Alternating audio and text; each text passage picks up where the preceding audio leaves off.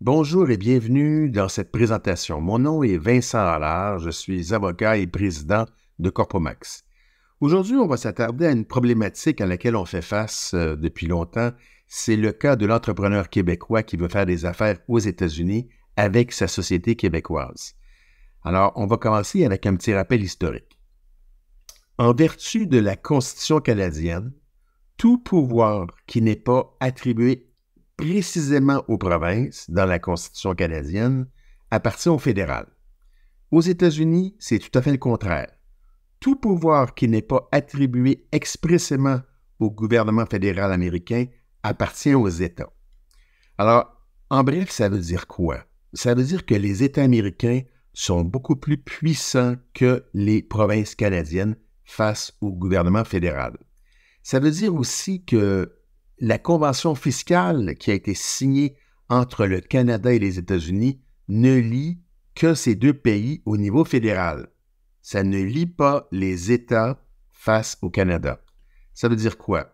Ça veut dire qu'il y a une bonne partie des États américains qui vont de bonne foi, volontairement, voir la convention fiscale s'appliquer à eux. Ils ne sont pas obligés, mais ils acceptent les principes de la convention fiscale. Il y a une autre partie des États qui l'acceptent, mais en partie. Et il y a une autre partie des États qui ne l'appliquent absolument pas. Et à ce moment-là, ça veut dire quoi? Ça veut dire qu'on peut très bien avoir une entreprise québécoise qui n'ait pas à payer d'impôts au niveau fédéral américain, mais qui pourra peut-être avoir à payer de l'impôt au niveau d'un État en particulier. Alors, au niveau corporatif, au Canada, la création de sociétés est une juridiction partagée. Alors, aussi bien le fédéral que les provinces ont le droit de créer des sociétés. Donc, l'entrepreneur québécois a le choix entre créer une société au niveau fédéral, et pour les fins de la présentation, on va appeler ça une société canadienne, ou au niveau provincial. Pour les fins de la présentation, on va appeler ça une société québécoise. Aux États-Unis, il n'y a pas de création de société au niveau fédéral. C'est uniquement au niveau des États qui ont une juridiction exclusive. Alors, on a 50 États, donc il y a 50 endroits aux États-Unis où on peut créer une société américaine. Quand une société veut faire affaire dans un État en particulier, alors donnons l'exemple d'une société québécoise qui veut faire affaire en Floride. Non pas en créant une société américaine, mais directement. Alors, il faut tout d'abord obtenir l'autorisation de faire affaire en Floride. Pour la Floride, il y a deux types de sociétés. Les sociétés domestiques, donc créées en Floride, et les sociétés étrangères, donc créées à l'extérieur de la Floride, mais qui veulent faire affaire en Floride. Alors, pour la Floride, il n'y a aucune différence entre une société créée, par exemple, dans l'État du Delaware et une société créée au Québec. Dans les deux cas, il s'agit d'une société étrangère. Et le raisonnement est le même dans les 50 États américains. On doit demander l'autorisation de faire affaire dans un État dans l'un des 4 cas suivants. J'appelle ça des déclencheurs. Déclencheur numéro 1, la société québécoise a ou projette d'avoir une place d'affaires physique dans l'État. Par exemple, notre entrepreneur québécois veut ouvrir un entrepôt en Floride. À ce moment-là, il est présumé faire affaire en Floride par l'entremise de son entrepôt, donc il doit obtenir l'autorisation pour sa société étrangère en Floride d'y faire des affaires. Déclencheur numéro 2, on décide d'engager un employé dans l'État de New York. On fait affaire dans l'État de New York par l'entremise de notre employé. On doit obtenir l'autorisation de faire affaire dans l'État. Alors, quand on parle d'employé, on parle bien sûr d'une personne qui va recevoir un salaire duquel il y aura des déductions à la source, ce qu'on appelle withholdings aux États-Unis. Déclencheur numéro 3, on signe des contrats de façon régulière, on a des rencontres d'affaires, on a un flux de revenus qui proviennent de l'État et à la fin de l'année, on doit généralement produire une déclaration de revenus. Alors, ça serait très difficile de prétendre qu'on ne fait pas affaire dans l'État, surtout si on produit une déclaration de revenus. Alors, donc, il faut s'inscrire dans l'État en tant que société étrangère. Et le dernier déclencheur, c'est le nexus économique. Par exemple, en Californie, si vous vendez pour plus de 600 000 $ en biens ou services à un ou plusieurs résidents californiens, votre société est présumée faire affaire en Californie. Elle doit donc s'inscrire sur le registre corporatif de la Floride. Il s'agit d'une autorisation administrative. Ce n'est pas discrétionnaire. Alors, si on remplit les critères, à ce moment-là, l'État va accepter de nous donner l'autorisation d'y faire des affaires. De toute façon, les États sont toujours très heureux d'accueillir de nouveaux contribuables. Alors, l'autorisation de faire des affaires est octroyée par un ou plusieurs États. Alors, on a notre entrepreneur québécois qui ouvre un entrepôt en Floride et qui engage un employé à New York.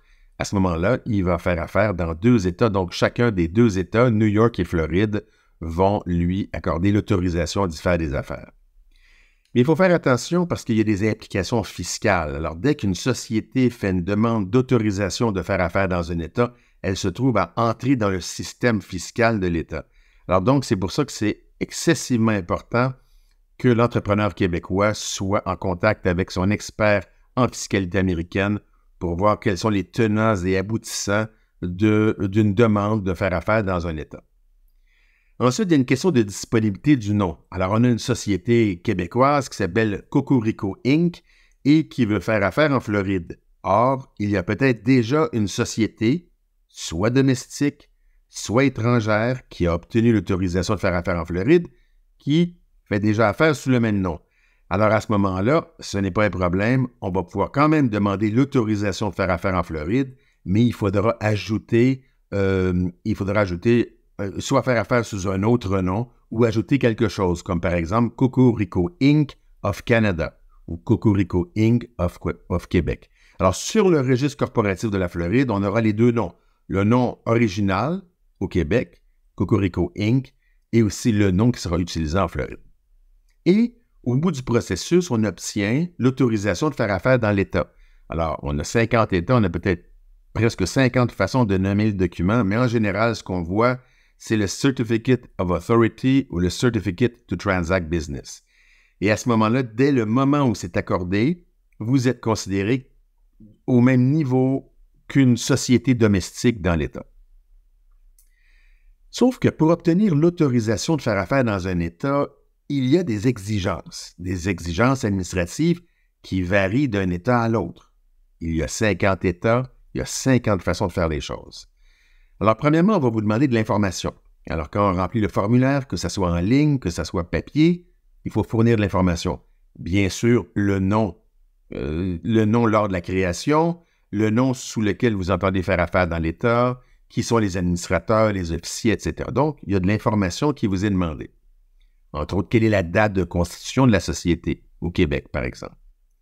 Ensuite, on va vous demander des documents. Il y a des États qui ne demandent aucun document. Il y a des États qui vont vous demander un certificat de conformité, ce qu'on appelle en anglais « Certificate of Good Standing », de moins de 30 jours, de moins de 60 jours, de moins de 90 jours, de moins de 6 mois ou de moins d'1 an, tout dépendant des États. Il y a d'autres États qui vont vous demander une copie certifiée depuis moins de 90 jours ou de moins de 60 jours, copie certifiée du certificat de création de votre société, du certificat d'incorporation.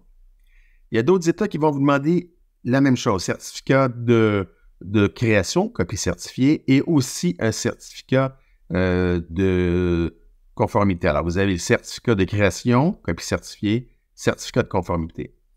Mais il vous demande aussi, dans le cas du certificat de création, une traduction du document s'il est dans une langue autre que l'anglais, ainsi que des annexes du document. Le tout, souvent, doit être appuyé d'une certification par le traducteur. Et en plus, vous avez aussi besoin, pour votre société étrangère qui fait affaire dans l'un ou plusieurs des États, d'un agent agréé. En anglais, Registered Agent. Alors, qu'est-ce que c'est un agent agréé? Un agent agréé, c'est une personne physique ou morale qui réside dans l'État où la société a été créée ou aussi dans l'État ou les États où la société va faire des affaires. Bon, alors s'il s'agit d'une société québécoise, elle n'a pas d'agent agréé au Québec. Mais si elle veut faire affaire en Floride et en Californie, ça va lui prendre un agent agréé et en Floride et en Californie. Alors donc, on disait qu'un agent agréé, c'est une personne physique ou morale qui réside dans l'État de création et aussi dans l'État où la société fait des affaires et qui doit être disponible 52 semaines par année, de 9 heures à 17 heures, du lundi au vendredi. Et cette personne, physique ou morale, représente la société principalement pour deux fins. Tout d'abord, pour la réception de procédures judiciaires et deuxièmement, la réception de documents et d'avis provenant de l'État. Alors, je vous donne un exemple pratique. Vous avez une société créée au Québec qui fait affaire dans l'État du Wyoming. Elle a donc un agent agréé.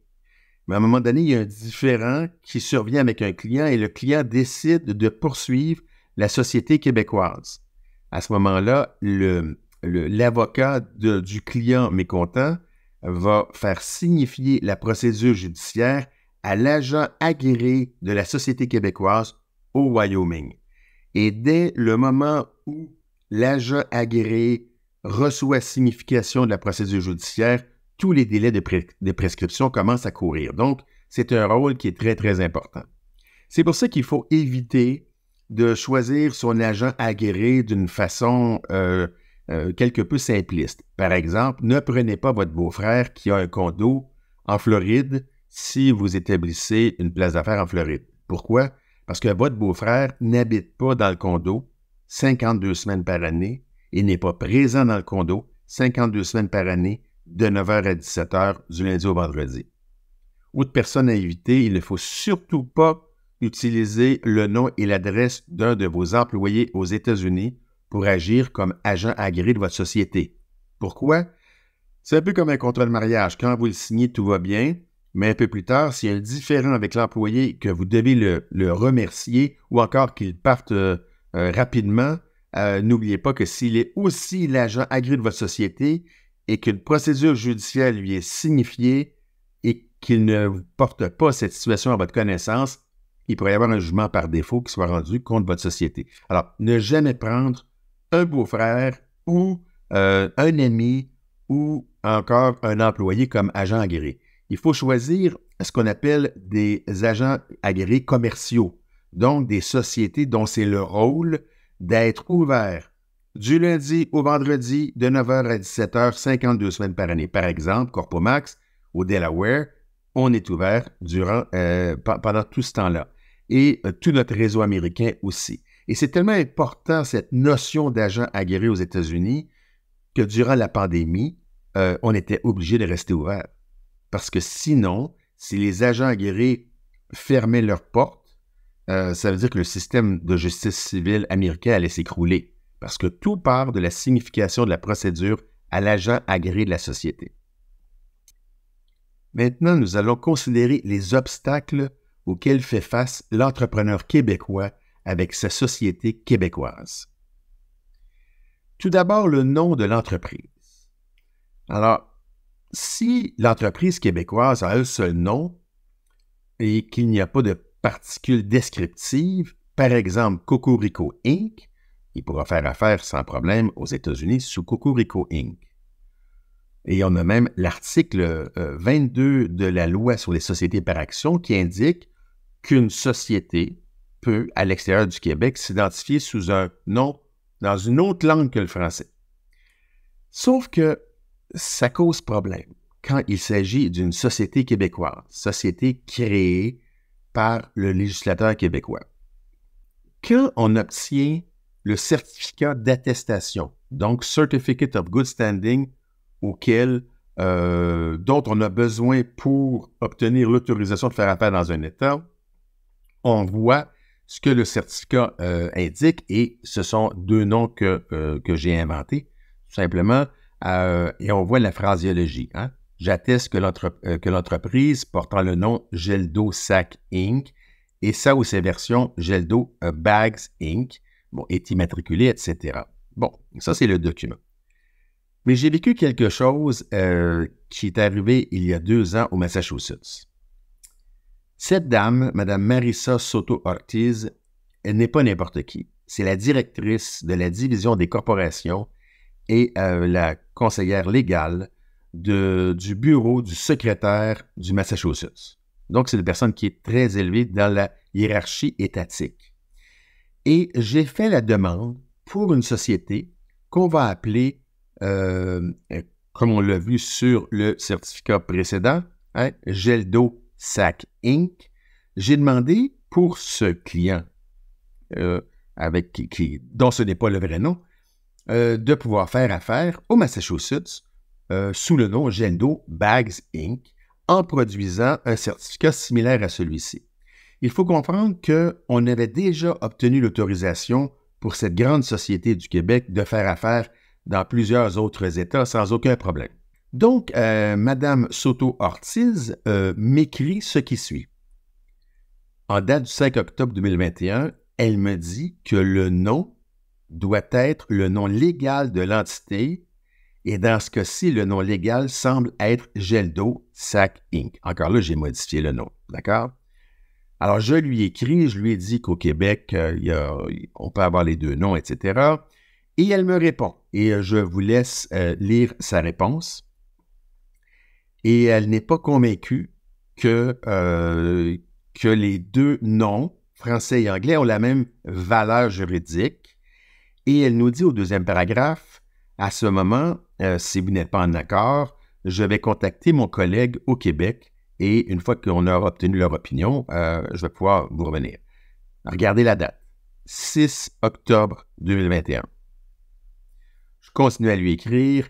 Elle me dit qu'elle est au courant qu'il y a deux langues officielles au Québec, etc. Et vous pouvez lire facilement ce qu'elle me répond. Elle me dit à la fin, « When we hear back from the province, I will be in touch. » Là, on est le 15 octobre 2021. Le 20 octobre, je lui avais soumis la loi au Québec et tout ça. Encore là, elle me dit, toutefois, ça ne clarifie pas le problème.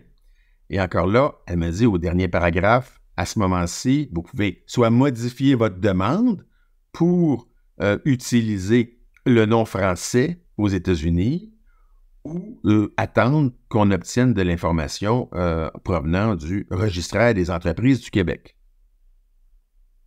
18 novembre 2021. On est parti du 6 octobre 2021. 18 novembre 2021, elle me dit « Je n'ai pas entendu parler du Québec. » Et encore là, elle dit qu'elle attend encore la réponse du Québec. 15 février 2022. Plus de 4 mois après qu'elle ait contacté le registraire des entreprises du Québec, elle m'écrit « Je n'ai pas entendu parler. » Elle dit « J'ai vérifié plusieurs fois avec eux et ils ne me sont pas revenus. Not heard back. » Et elle me dit « À ce point-ci, vous allez devoir modifier la demande pour que ça procède. » Et bien sûr, mon client n'a pas pu procéder au Massachusetts à cause de ce problème. Alors, c'est un gros problème pour une entreprise du Québec qui utilise un nom anglais parce qu'il peut y avoir des interprétations qui causent ce genre de situation que personnellement je trouve absolument déplorable. Alors, le nom de l'entreprise, on a la version française et anglaise. On peut avoir la version française seulement. Alors, une entreprise québécoise peut très bien faire affaire aux États-Unis avec sa version française. Et un bon exemple, c'est Cirque du Soleil. Alors donc, ce n'est pas un problème de faire affaire aux États-Unis avec un nom francophone. Bien sûr que non. Par contre, dans certains États, ils vont nous demander quelle est la signification parce que c'est dans une langue autre que l'anglais. Et on a dit qu'est-ce que ça veut dire? Et à ce moment-là, on a juste à leur préciser. L'identifiant légal. Alors, dans la loi du Québec, dans la loi sur les sociétés par action, l'article 20 nous dit qu'une société, donc créée au niveau provincial, qui ne comprend pas l'expression société par action ou compagnie, doit comporter à la fin la mention S.A. limité ou Inc. Bon. Ça, c'est intéressant quand on fait affaire uniquement au Québec. Mais si on veut faire affaire aux États-Unis, si on a un identifiant juridique qui se termine par S.A. on ne pourra pas faire affaire sous ce nom-là dans aucun des 50 États. Parce que ce n'est pas un identifiant juridique reconnu. Aux États-Unis, on reconnaît Inc., Corp et quelques autres, mais surtout pas S.A. Alors, le conseil que je peux donner à ceux qui créent une société au niveau québécois, c'est de ne pas utiliser S.A. si vous voulez faire des affaires aux États-Unis.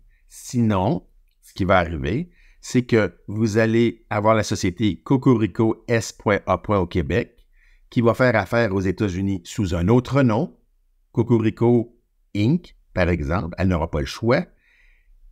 Et c'est très difficile quand on veut avoir une uniformité au niveau de l'utilisation du nom. Alors, si dans un pays, on fait affaire sous Cocorico S.A. aux États-Unis, Cocorico Inc., ben, ça défait le but d'avoir une utilisation uniforme du nom. Limité. Alors, même si le législateur québécois nous dit limité, vous pouvez le faire, il n'y a pas de problème au niveau québécois. Aux États-Unis, même problème. Ça n'existe pas, L, T et E aux États-Unis. Alors, dans plusieurs États, ils vont vous dire, vous pouvez utiliser les méthodes. Mais le problème, c'est qu'il y a des États aux États-Unis, comme le New Jersey, où on ne peut pas utiliser le mot ou l'identifiant juridique, les méthodes. OK? Alors, c'est vraiment, ce n'est pas idéal. Alors, donc, conseil, si vous créez une société au Québec, vous devriez utiliser quelque chose qui va passer partout, c'est-à-dire le diminutif Inc. Aux États-Unis, il y en a d'autres. Corp aussi est populaire. Mais au Québec, il semble que ce soit Inc., limité ou S.A. Une autre chose, maintenant, un autre obstacle, c'est qu'on demande, il y a des documents qui sont requis. Un certificat de conformité, qu'on appelle Certificate of Good Standing aux États-Unis. Bon. Ici, on a un certificat d'attestation émis par le registraire des entreprises du Québec. Alors, qu'est-ce qu'on y voit? On y voit que la déclaration du registraire qui nous dit que j'atteste que l'entreprise portant le nom X est immatriculée depuis le 5 août 2016, n'est pas en défaut, etc. Mais sur le site web du registraire, ce qu'on voit, on voit deux choses. On voit la date d'immatriculation, qui est le 5 août 2016, mais sous le titre forme juridique, on voit la date de constitution, le 4 août 2016. Or, le certificat d'attestation ne parle pas de date de constitution, mais plutôt de date d'immatriculation. Mais ça cause problème. Pourquoi? Parce que quand on fait la demande de faire affaire dans un État, comme je vous l'ai dit tantôt, on doit remplir une demande de faire affaire dans l'État. On doit fournir de l'information, notamment la date de création de la société. Et on nous demande aussi, généralement, de fournir un certificat de conformité, Certificate of Good Standing. Or, si dans la demande d'autorisation, j'indique que la date de constitution est le 4 août 2016, mais que le certificat de conformité que je fournis indique que l'immatriculation est le 5 août 2016, la demande va être rejetée parce qu'il y aura une différence entre les deux dates. C'est pour ça que je ne comprends pas pourquoi le registraire des entreprises du Québec n'indique pas aussi la date de constitution sur le certificat de conformité quand il s'agit d'une société créée au Québec. Alors, c'est pour ça qu'on est obligé de mentir au niveau américain lorsqu'on remplit une demande d'autorisation de faire affaire dans un État. Parce que si on met le 4 août 2016 date de création dans la demande et qu'on fournit un document avec le 5 août 2016, qui est l'immatriculation, ça ne passera pas, ça va être rejeté systématiquement et on l'a vécu au début de Corpomax. Alors maintenant, quand on remplit une demande pour une société du Québec qui veut faire affaire aux États-Unis et qu'on nous demande quelle est la date de création, on n'a pas le choix. Il faut qu'on indique la date d'immatriculation au lieu de la véritable date de création de la société. Et ça, je trouve ça vraiment déplorable parce qu'il n'y a rien qui empêcherait le registraire d'ajouter une simple ligne dans son certificat de conformité et de dire que la société a été créée à telle date et a été immatriculée à telle date. On a aussi des documents qui peuvent être demandés en plus du certificat de conformité. C'est une copie certifiée du certificat de création et des amendements, ainsi appuyé par une traduction. J'ai un client qui est une très grosse société du Québec qui voulait faire affaire dans un État qui demandait deux choses. Certificat de conformité, ce qui n'est pas un problème, on l'obtient du registraire des entreprises, on le traduit en anglais et c'est facile à produire. Mais qui nous demande aussi une copie certifiée du certificat de création et de ses annexes, le tout appuyé par une traduction en anglais. Au Québec, quand on crée une société, généralement, les documents de création sont accompagnés aussi d'une annexe qui comporte les droits, restrictions rattachés aux différentes catégories d'actions. Et ce document peut avoir généralement 20 à 25 pages. Et généralement, ils sont produits en français. Et je pense même que c'est maintenant la loi que ces documents-là doivent être obligatoirement produits en français. Mais le problème, c'est que aux États-Unis, ils ne connaissent pas encore assez le français, donc on doit leur fournir une traduction assermentée et le coût est quand même assez élevé. Alors, notre client, qui est une grosse société qui avait changé de nom, qui avait eu plusieurs amendements, ça lui a coûté 25 000 de frais de traduction de son certificat de création, des annexes et de 2-3 amendements. Alors, il y a un coût avant même qu'on ait fait la demande qui parfois peut être très, très élevé. Autre chose, les frais d'inscription. Alors, les frais d'inscription, encore là, il y a 50 États, il y a 50 façons de faire les choses. Ça dépend. Il y a des États où les frais d'inscription sont fixes. Par exemple, 300 $, c'est fixe, peu importe le type de société ou peu importe le nombre d'actions autorisées, 300 $. Mais il y a d'autres États où le prix varie selon le capital action autorisé. Alors, par exemple, au Québec, il est de coutume depuis des temps immémoriaux que la société ait le droit d'émettre un nombre illimité d'actions. Tandis qu'aux États-Unis, cette notion n'existe pratiquement pas. Ici, quand on crée une société, le capital action est toujours limité. Alors, la société a le droit d'émettre un nombre de 1000 actions ordinaires ou de 5000 actions ou de 100 000 actions, mais il y a un montant d'actions qui est indiqué. Au Nevada et en Virginie, les frais d'inscription varient selon le capital action autorisé. Par exemple, au Nevada, si vous avez, par exemple, une société créée au Delaware qui a un nombre d'actions de 5000 actions sans valeur nominale, on va payer 75 $ de frais d'inscription. Et on voit un peu plus bas, le frais maximal peut être de 35 000 $. Alors, on passe de 75 $ à 35 000 $. Vous me suivez? Et après ça, on voit en bas l'explication qui fait que quand ce sont des actions sans valeur nominale, ce qui est généralement le cas au Québec, on multiplie par 1 $. Alors, si on a, par exemple, 5000 actions autorisées, je parle d'une société créée au Delaware, par exemple, 5 000 $ fois 1 $ égale 5 000 actions fois 1 $ égale 5 000 $. Donc, on est en bas du montant minimum de 75 000 $.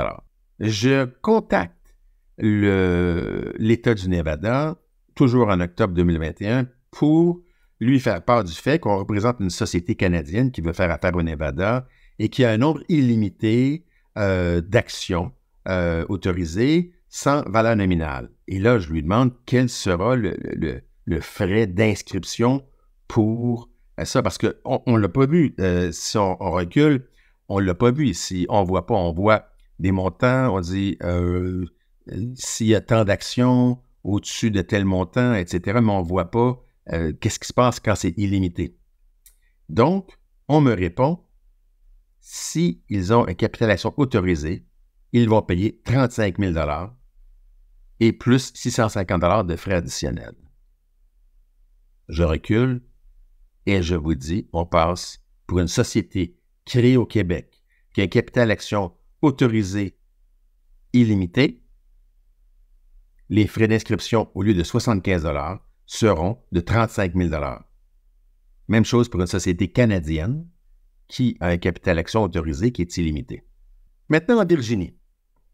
En Virginie, encore là, les frais d'inscription varient de 75 $ selon le capital d'action autorisé. Alors, si on a entre 1 et 25 000 actions autorisées, les frais sont de 75 $. Frais d'inscription. Si ça dépasse ça, donc en bas complètement à droite, c'est 2 525 $. Donc, on passe de 75 $ à 2 525 $ si on a une société du Québec ou du Canada qui a un capital action autorisé illimité. Donc, on voit très bien que ça coûte beaucoup plus cher pour une société québécoise ou canadienne avec un capital action illimité de faire affaire en Virginie, du moins au niveau de l'inscription. En plus des frais d'inscription, il faut aussi considérer les frais annuels. Les frais annuels, parce qu'il y a des frais à payer à chaque année, un peu comme au niveau québécois, on doit remplir annuellement une déclaration d'immatriculation ou un rapport annuel, je n'ai pas nécessairement le terme exact, plus accompagner ça d'un frais. Le frais aux États-Unis varie selon l'État. En ce sens qu'il y a des États où c'est un montant fixe, par exemple en Floride. Par contre, il y a des États où un montant variable. Alors, on revient toujours à la Virginie où on voit que, encore là, si le capital action autorisé est de 5 000 actions ou moins, le frais annuel sera de 100 $. Par contre, si le capital action autorisé dépasse 270 000 actions, à ce moment-là, le frais annuel, au lieu d'être de 100 $, va être de 1 700 $. Maintenant, regardons la situation sur une période de 10 ans. Frais d'inscription plus les frais annuels, si on est en Virginie. Alors, une société américaine qui a un capital autorisé de 5 000 actions ou moins va avoir payé 1 075 $ pour faire affaire en Virginie. Une société québécoise ou canadienne avec un capital action illimité va avoir payé 19 525 $.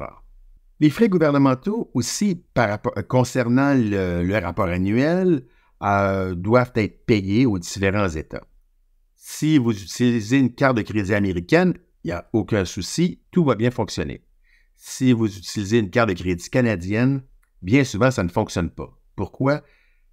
Et c'est malheureux, mais dans la vraie vie, il faut fournir l'information demandée dans le formulaire de paiement qui fonctionne uniquement avec une adresse américaine et un code postal américain qu'on appelle le zip code, constitué de 5 chiffres. Donc, ça ne fonctionne pas avec une carte de crédit canadienne dans plusieurs cas. Si vous envoyez un chèque, encore là, c'est la même chose. Un chèque américain, ce n'est pas un chèque canadien en devise américaine. Le système de compensation américain, système de compensation bancaire américain, n'est pas le système de compensation bancaire canadien. Les deux systèmes ne se parlent pas, ne sont pas équivalents. Donc, il faut à ce moment-là payer avec un réel chèque américain tiré sur une banque américaine.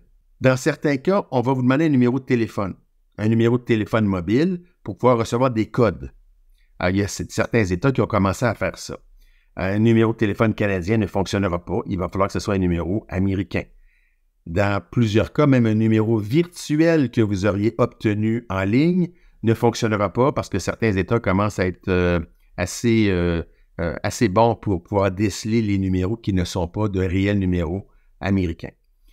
Vous pourriez toujours acheter une carte SIM américaine que vous pourriez installer dans un téléphone au Canada sans problème. On a des clients qui font ça. Mais encore là, c'est du trouble. Un autre obstacle pour la société québécoise qui veut faire affaire aux États-Unis et même canadienne, c'est le numéro EIN. Le numéro EIN, c'est un numéro fiscal américain qui est un identifiant fiscal qui est le numéro pour faire affaire aux États-Unis. Okay? Sauf qu'il y a 2 vitesses pour l'obtenir. Il y a soit 2 minutes ou 30 jours. 2 minutes si le signataire du formulaire gouvernemental pour obtenir le EIN a un numéro de sécurité sociale américain. Sinon, ça peut aller jusqu'à 30 jours. Et au sommet de la pandémie, c'est allé jusqu'à 75 jours.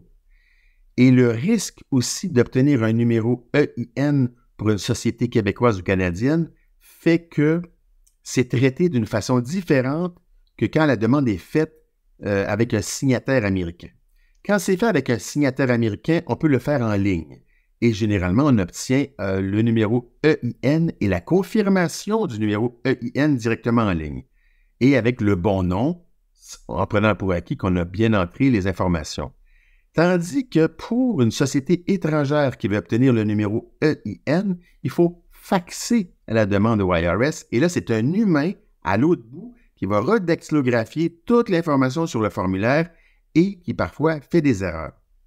Mais le problème, c'est qu'une erreur sur une lettre de confirmation du IRS dans le nom de la société fait que vous ne pourrez généralement pas ouvrir de compte de banque tant et aussi longtemps que le IRS ne vous aura pas envoyé une lettre de correction.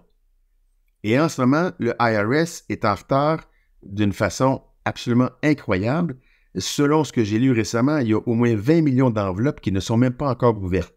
Et c'est un organisme qui est sous-financé et c'est un organisme qui ne peut pas fournir à la demande. Alors donc, c'est pour ça que quand on peut avoir un signataire américain pour obtenir un EIN, c'est tant mieux, mais quand c'est une société québécoise, généralement, les gens qui signent pour la société, donc président, vice-président, secrétaire ou trésorier, n'ont pas de numéro SSN, donc n'ont pas de numéro de sécurité sociale américain, qu'on appelle SSN.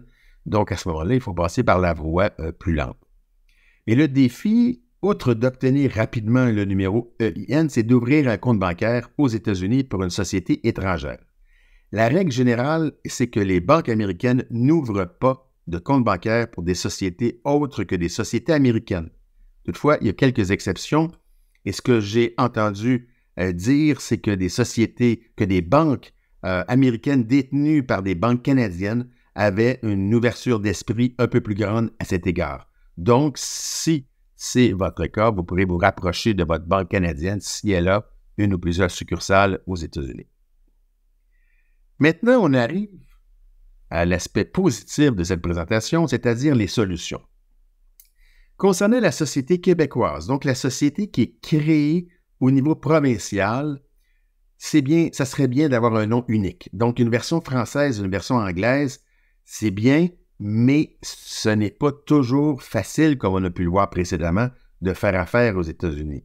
Donc, si on peut avoir un nom unique à ce moment-là qui ne comporte pas de particules descriptives, comme exemple Cocorico Inc., à ce moment-là, c'est plus facile pour faire affaire aux États-Unis.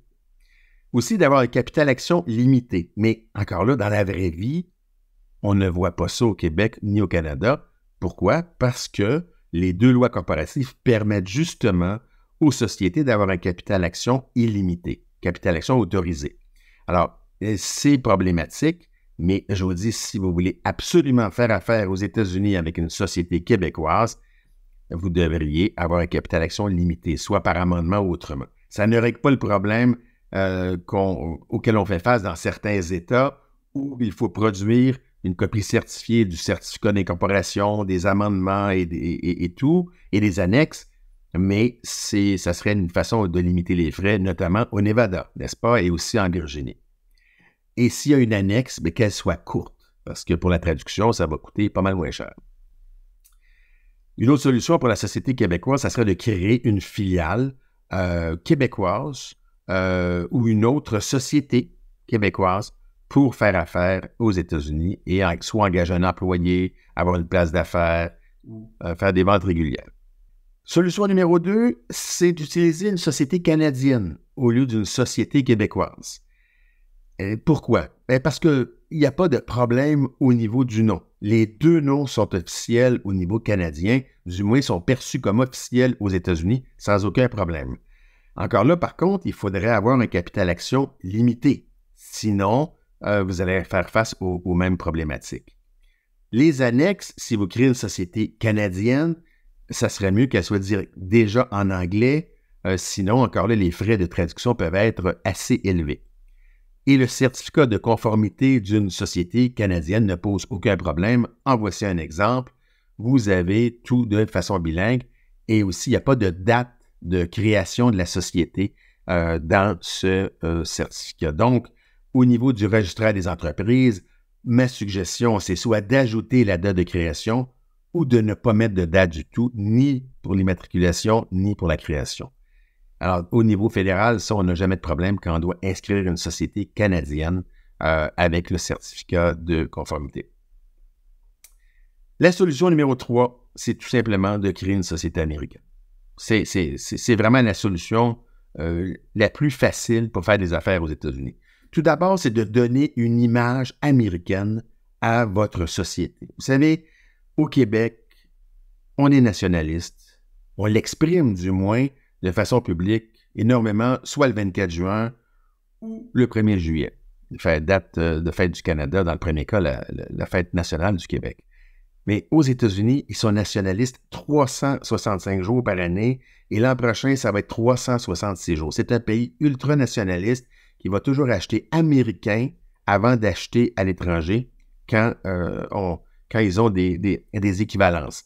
Alors, c'est pour ça que donnez-vous une image américaine, créez une société américaine, ayez une adresse américaine, même une adresse de domiciliation, ayez un numéro de téléphone de type 1-800, numéro vert en France, mais un numéro en Europe, mais un numéro sans frais, ayez un compte de banque américain et tout ça, ça va faciliter votre vie pour faire des affaires sur le sol américain. Les frais d'inscription et annuels seront minimaux. Pourquoi? Parce qu'on va prévoir une structure de capital action vraiment limitée pour minimiser tout frais que vous pourriez avoir à payer sur une base annuelle. Et c'est beaucoup plus facile aussi d'interagir avec les autres États qui sont habitués de voir des sociétés américaines qui font la demande de faire affaire dans l'un ou plusieurs des États. Alors ici, vous avez 3 guides pratiques que j'ai conçus justement à l'intention des entrepreneurs étrangers qui veulent faire affaire aux États-Unis et qui sont disponibles sur Amazon, Apple, Google, un peu partout, qui coûtent à peu près rien, mais qui vont vous donner une bonne idée du fonctionnement d'une société américaine. Ainsi, comment nommer la société américaine et comment ouvrir votre compte de banque pour la société américaine. Et en tout temps, si vous avez des questions, des commentaires, n'hésitez pas à me contacter. Vous avez mes coordonnées. Merci et à la prochaine.